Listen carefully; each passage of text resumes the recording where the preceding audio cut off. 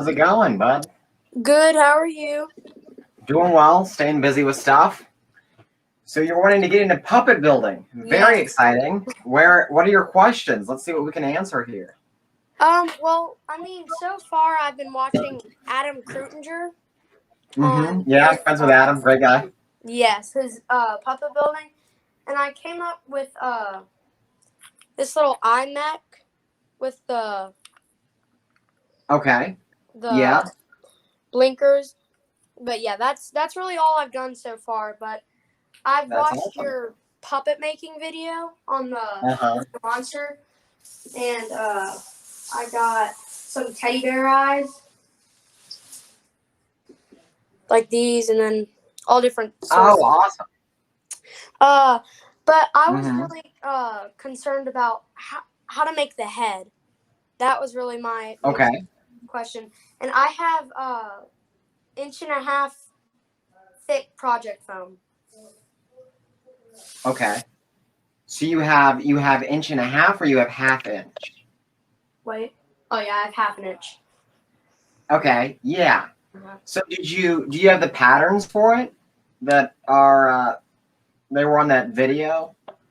On your video? Yeah. Let me see. Or I'll look at that right now. The patterns, I believe they're on that YouTube video. I have a link to them on my web. It links them to my website, and you can download those. I did not know that. I just looked at that. Yeah.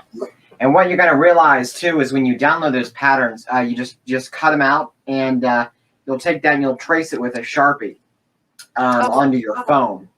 And the video kind of walks you through it and how you translate that. But that'll get you the head, and then to glue it, you can get some contact cement, which you can get at like a Lowe's or a Home Depot or like a hardware store. And you can get like the small travel size, or I would recommend like the smaller. There's like a small size. I think it's like $5 or $10, and that should tie you over for a while. But that'll get you structured, and that'll give you the idea for patterning, which is what I do on a lot of my puppets. Your deer, the body is foam, so it's patterned. So when you cut foam, and I would take some foam, keep your foam scraps, and just kind of cut it up and see how it glues together, because you see how they glue to make certain shapes.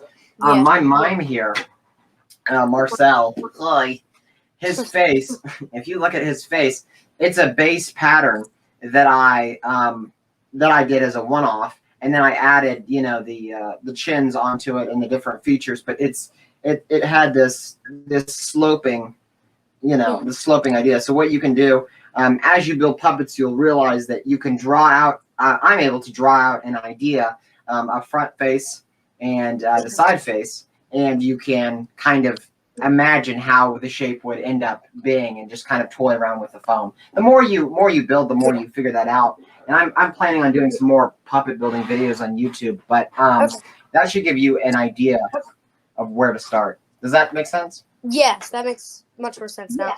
Because I was just like, I've watched Adam Krutinger and I've watched your videos, and I thought it was interesting how you guys saw it out and shaped the head like that on both sides, because I feel like I wouldn't be able to visualize that. But like you said afterwards, I'd do it for a little while, then I'd get the hang of it. Yeah, and you know what's funny? I didn't think I could do it when I started too. And I don't do it like Adam. Adam sculpts it out of clay and then patterns it. I did that for one project I did for Terry Fader, but I don't do it a lot because it takes a lot of time. So what you can actually do is if you don't want to be as precise, and Adam's gonna hate me for saying this, but you can take a piece of foam and just kind of bend it and cut it in certain ways and see how that folds. And that's what I did. Like Marcel's head, I think I ended up tracing that. The head pattern, so I could duplicate him. But most of the puppets, like I built for convention, because everything's different sizes and shapes, are just one-off patterns. What you see like Barry or Marianne or Jet doing, they have typical template for everything, and then they'll add like cheeks and they'll change those. So that's another way of doing it. But in all my stuff, I typically, pattern this like Jackie to show you here to get a better idea. His stomach. So like this is just a top piece of pattern foam. Mm-hmm. You can see that, and then his stomach is kind of like a ball. You could actually take like a small beach ball and kind of wrap foam around it, or actually take kind of like edged triangles and see how that makes a ball. But making a ball out of foam is a great structurally and strategically to figure out how to go about patterning other things. And when you make a ball out of foam, you can use it for a body, you can use it for a face. You just cut a hole in it, and that's add your mouth plate, and you got a face. And so on your making a monster, you did the mouth separately from the head? Like it wasn't really, you did the top part and then you did the mouth. Yeah. For better mouth manipulation? That's a great question. There's different ways you can do it. On about everything I build, the mouth is separate from the head. So the mouth, you have like the top of the mouth plate and the bottom of the mouth plate, which I use like corrugated plastic. You can also use cardboard, but I use plastic because it lasts longer. And so you have those, and then you add your felt or whatever your mouth red material is. And if you space it out a little bit, you can get more movement between the top and the bottom of the mouth. It's what I did on my zombie. I'll be releasing videos of that. But yeah, that's essentially what you do. And then if you want to, you can add foam and glue it onto the side. But the problem is you're not going to be able to get as wide of a mouth when you perform it. And you'll find that too. You'll find different ways around it. I'm still trying to work on ways where I can make it look like it's a puppet, like a human face, and you have the mouth, but it continues with the jaw and foam without it actually having. Because most puppets, if you like, on your old man that Jet made, that's a separate piece. That's the bottom mouth plate, and then it's a foam piece, and then they just stitch the neck on like down here and back. So that's the typical way to do it. And I do really like how you do the puppets where their head can come off, because one, the heads do have they're much bigger than others and more comical and everything. But another thing is it's so much better to turn the heads, because on puppets that are just their necks are attached to the bodies, you can't really get the head movement you would want. It's difficult. You're very perceptive in that matter, because that's one of the things that I noticed too with those puppets. So and that's just you sewing. Like take Marcel here. That's just his neck ends, and then then just use this black. It's kind of like this just black kind of denim like fabric I got from a fabric store, and then a cuff, and you can make this out of. This is dress boning, which you can get at a fabric store. You just make a cuff, and then that holds that in place, and that's where you enter. You can see it on your deer. That's what I did. But yeah, I like it because it's easier to travel with, and everyone keeps saying if you travel with a hard figure, make sure that you pack the head on your carry-on, because if the body gets lost, anyone can rebuild that, but the head is important. So that's kind of how I approach the soft puppets, because the head takes the most time. Yes. So. And then the eyes. So I know I have the teddy bear eyes as the pupils. And then what did you use? Like I said, I had ping pong balls, but what do you? You can use those.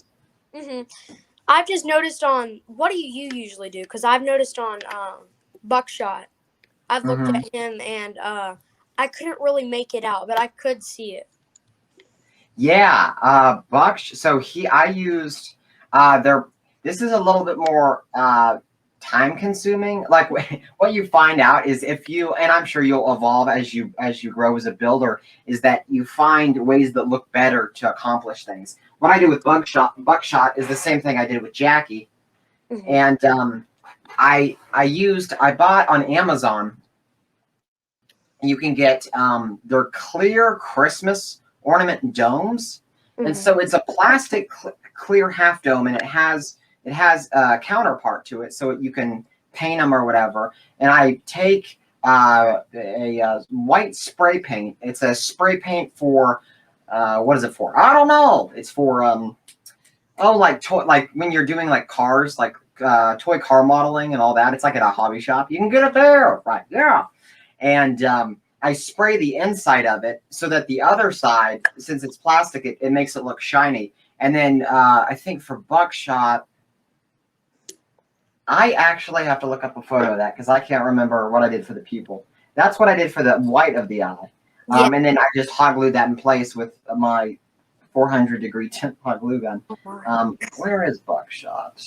Where's buckshot? Because I was looking at it and it looked really well. Like it was really good. And buckshot, he is so good. I've really enjoyed using him. And I've just an online show on Zoom every month for children group across the country. And buckshot, I'm really sure they're his favorite because they really love him. Oh, that's awesome. I love that you're doing that. Yeah, so buckshot, so that's what I did with the eyes. I painted those. I spray painted them, and you tape the outside of the eye, and then you spray it. That way it doesn't get on the outside. And then the black pupils of his eyes are, what is that? That's like a vinyl material. And I use these stampers to stamp out to get a perfect circle. And that's like a hole punch. It's called a hole punch set. And that's what I did. And then his eyes are Antron fleece, the eyelids. Yeah. So that's what I did. I had to go back and look up a photo of him. And then for the body, Mm-hmm. do you just use the project foam, or do you have something in it to support it more?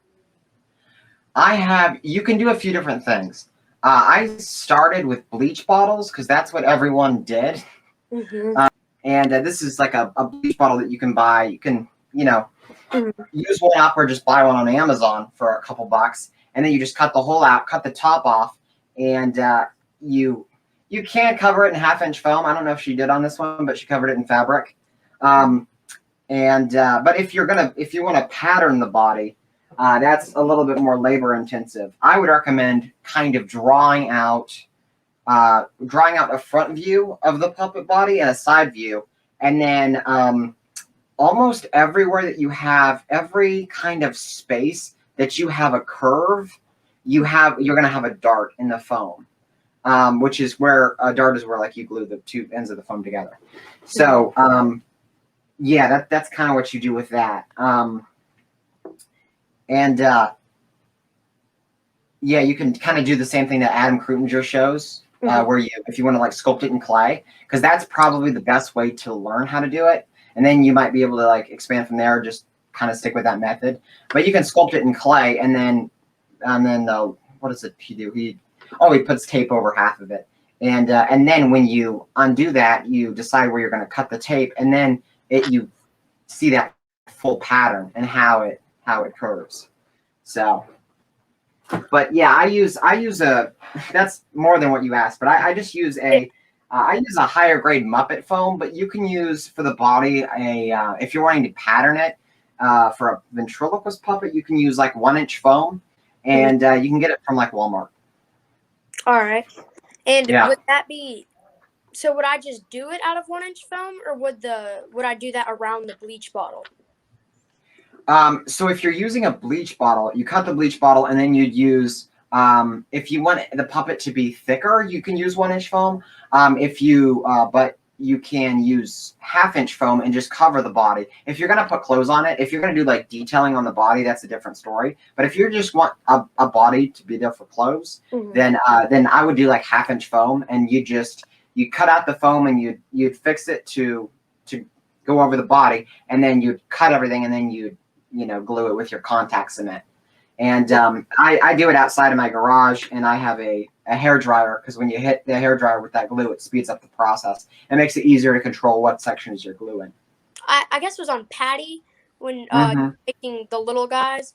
I saw that you have the foam for like the cheeks kind of sagging down a little. Do you just you don't take separate pieces of foam, do you? Or do you just take one piece and bend it around and play with it?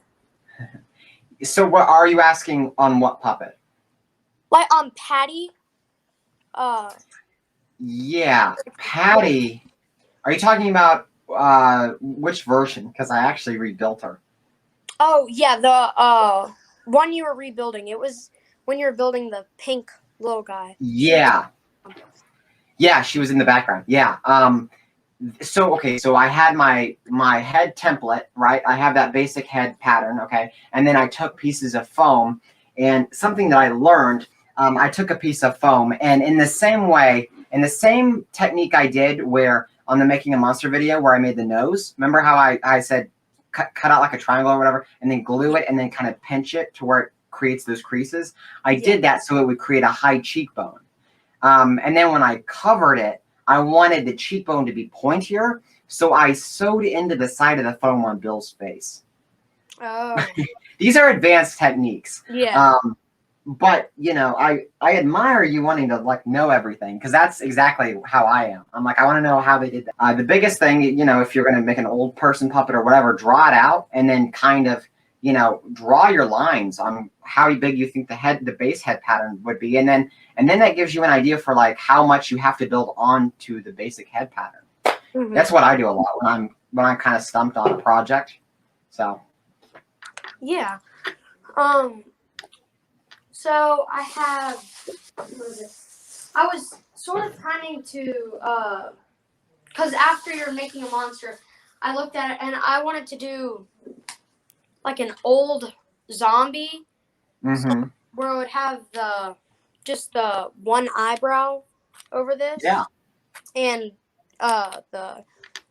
probably the bigger ones, the bigger teddy bear eyes on these. You can't really see that. But that's what I was thinking to do. But so the teddy bear eyes, of course they have this in the back. Do you just cut that off, or what do you do with that? Yeah, I do. So I make my incision, which I use some type of file. It's like a little file and it has a point to it, so I can make an incision in the ping pong ball, and it doesn't. Sometimes when you make a cut in a ping pong ball, it runs it, and the cut bleeds. But I do that, and that gets me a good enough. I make a small enough hole where I can just take that and force it in. And then I don't have to use the stopper for the other end. Yeah. You know, that's what I do. And you can also put a little thing of hot glue in there and then push it all in there, and that should hold it even more. But if you're doing something like on Mervin, that's just a basic, and that's what Marianne does. Let's see. It's just a basic eye. That's when you would cut it in half, and you have, you know, your safety on the other side. You know.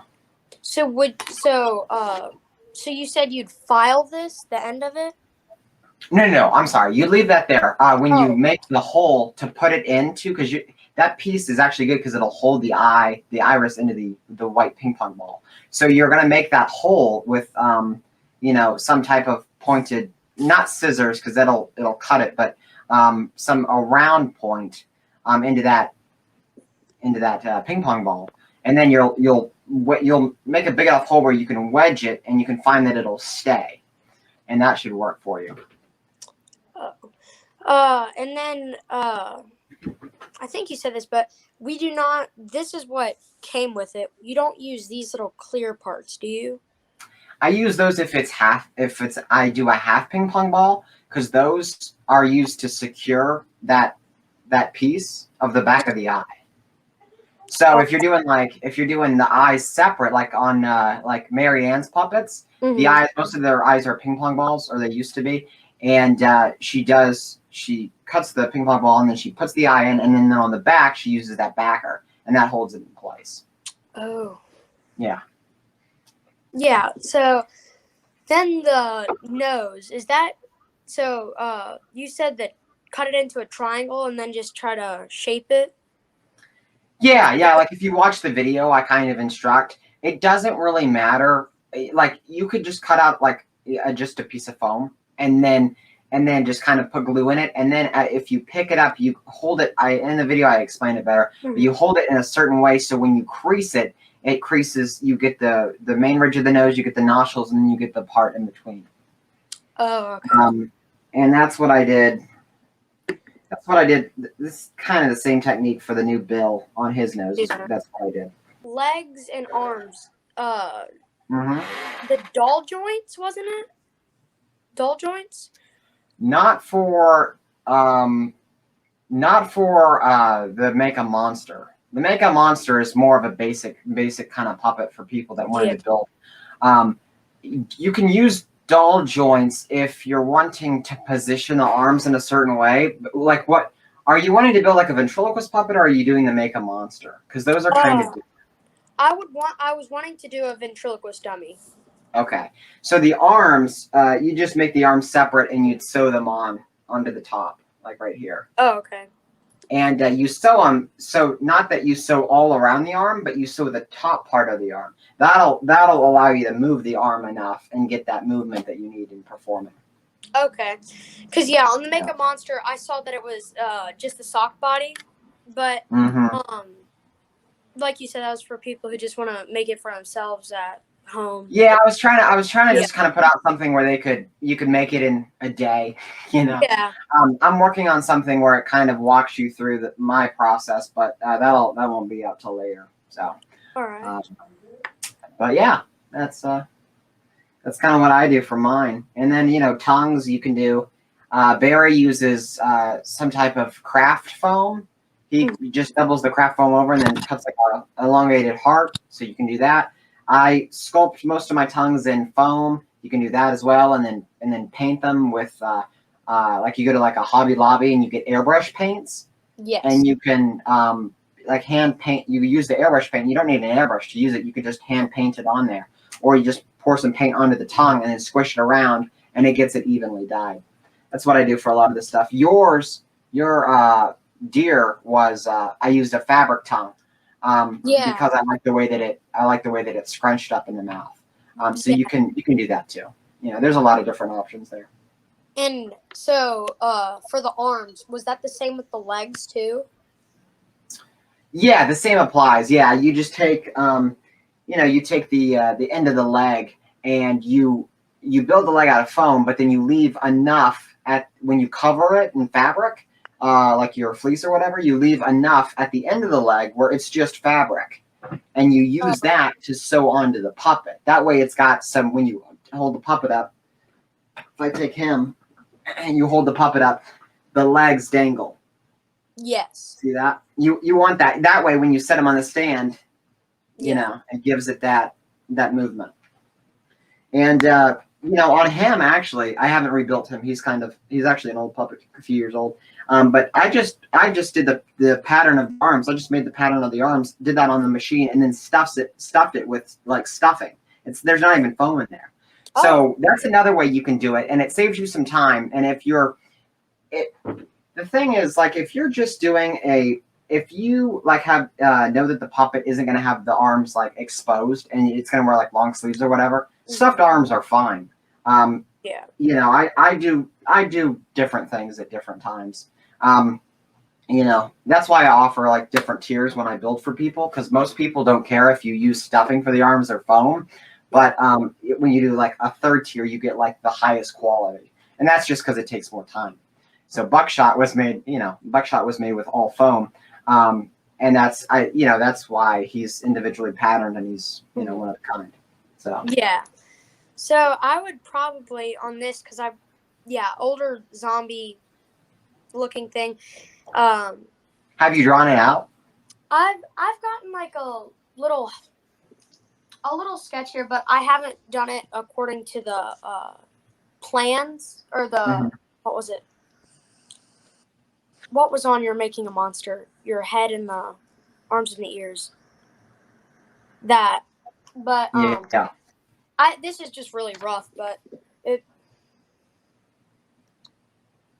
Perfect. Yeah. And then the eyebrow, of course, would go down and up over the eyes, but it wouldn't be completely like always. Like the eyes are always exposed; they'd kind of be down a little. So it's kind of like grumbling or Sure. like that. And I was a little confused on the eye thing. Okay. Pupils. Getting them in. Yeah. So what you'll do is you'll take a pointed object, like a pen or something. Okay. And you have that ball. And I have like a nail filer. Not a nail filer, but like a filer.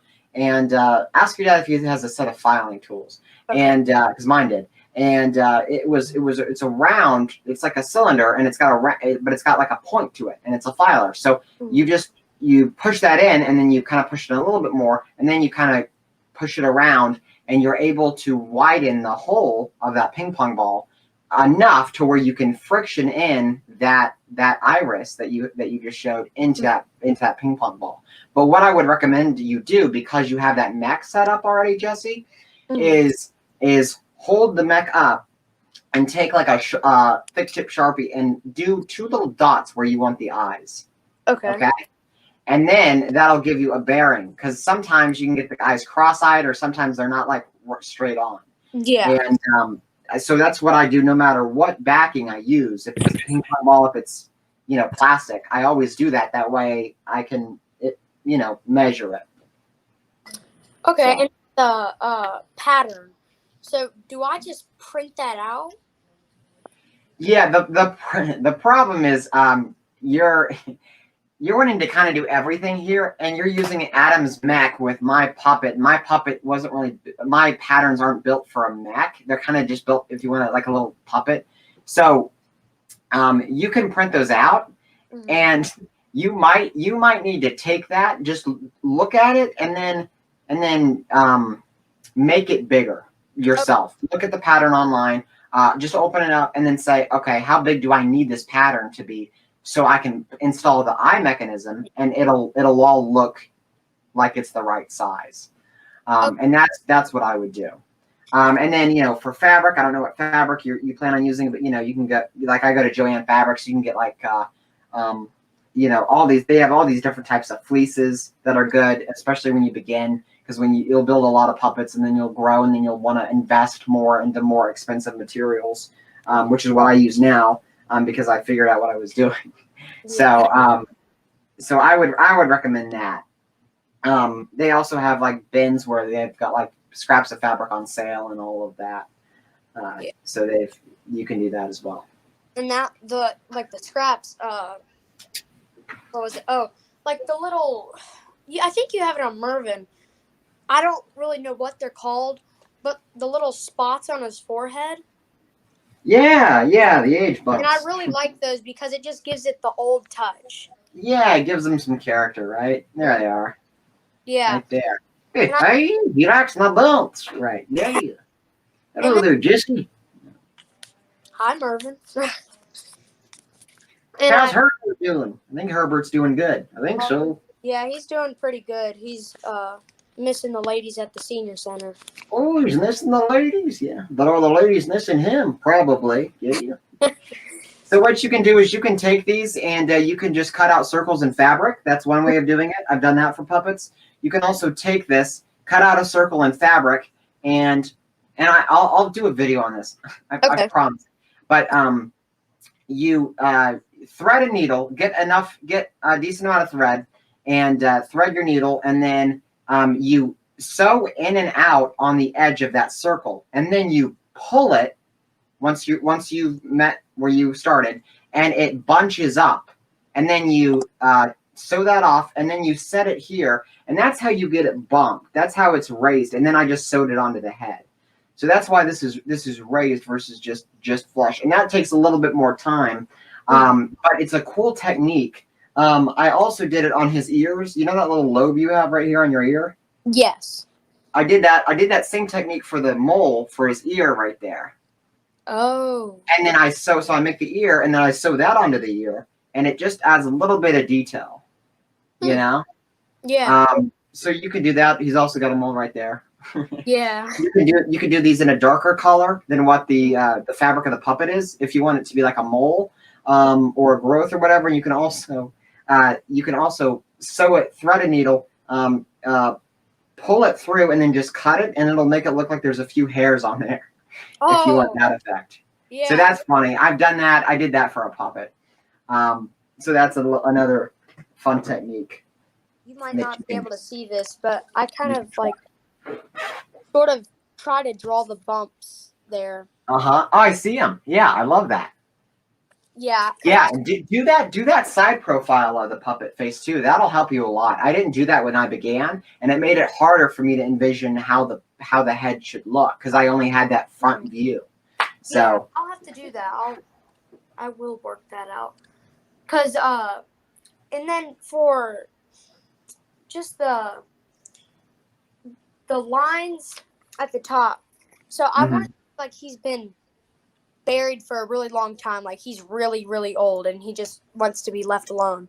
But whenever you raise your eyebrows, like I don't know what it's called, but the we're talking about the ridges right there. Yeah, I want him to have 3 of those. And okay. Would you just do that out of foam and then push the fabric down in that? That's a great question. You know what I would do if I was you? You've got that mechanism, right? You've got that unibrow blanking mechanism. That's such a cool mechanism, especially now you pair that with your idea.